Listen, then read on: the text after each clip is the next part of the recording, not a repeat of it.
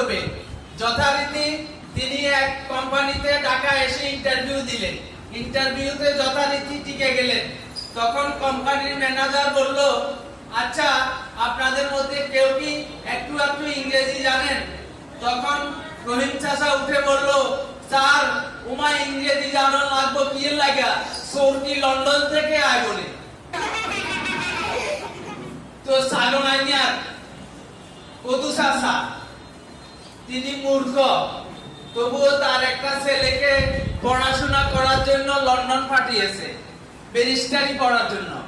3 বছর পর তার ছেলে তাকে মোবাইলে বলল, বাবা, আমি ব্যারিস্টার হয়ে গেছি, কালকে সকালে পাড়া মহল্লার সবাইকে তুমি বলে বেড়াবে।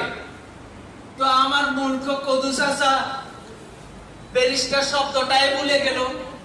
সকালবেলা উঠে পাড়া মহল্লা সবাইকে বলে বেড়াচ্ছে, আমার ছেলে ব্রাস্টার্ড হয়েছে।